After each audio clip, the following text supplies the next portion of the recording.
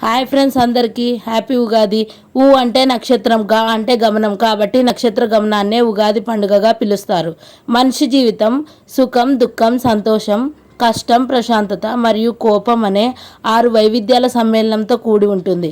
అందుకే ఈ కొత్త సంవత్సరంలో మనము ఉగాది పచ్చడిని షడ్రుచులుగా తయారు చేసుకొని మన జీవితంలో కలిగే ప్రశాంతత, కోపం, దుఃఖాన్ని, సంతోషాన్ని వీటిని సమ్మేళనంగా చేసుకొని ఈ పండుగను మనం జరుపుకుంటాం.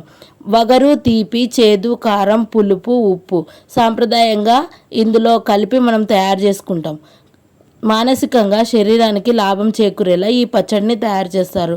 ఉగాది అంటే తెలుగువారికి కొత్త సంవత్సరం. వసంతకాలం చెట్లు చిగురిస్తూ ఉంటాయి. ఆ కాలంలో మనిషిలో శారీరక, మానసిక మార్పులు తలెత్తుతూ ఉంటాయి. ఈ కాలంలో ఆకలి ఎక్కువగా వేస్తుంది.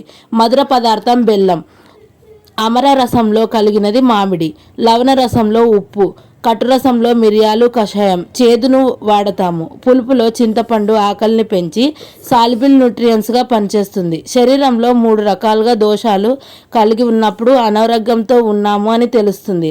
అవి వాతము, కఫము, పిత్తము. వాటిని తగ్గించడంలో ఈ షడ్రుచుల సమ్మేళనంతో కూడిన ఉగాది పచ్చడి ప్రముఖ పాత్ర వహిస్తుంది. లవణము వాతంను తగ్గిస్తుంది, నోటిలో లాలాజలంను ఊరిస్తుంది. సోడియం లభిస్తుంది లవణాన్ని వాడడం వల్ల.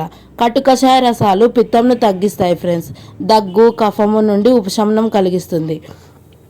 న్యాచురల్ సి దీనిలో లభిస్తుంది. చేదుగా ఉండే పదార్థాలలో క్రోమియం అనే మినరల్ ఉంటుంది. ఇది షుగర్ని కంట్రోల్ చేస్తుంది.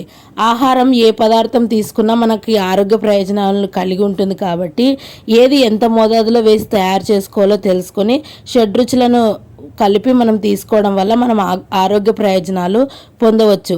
ఆహారం మితంగా తీసుకుంటే అమృతం, అమితంగా తింటే విషం. కాబట్టి 6 రుచులను తీసుకొని మనము ఈ పండుగను జరుపుకుంటాము. వీడియో నచ్చినట్లయితే లైక్ చేయండి, షేర్ చేయండి, ఛానల్ని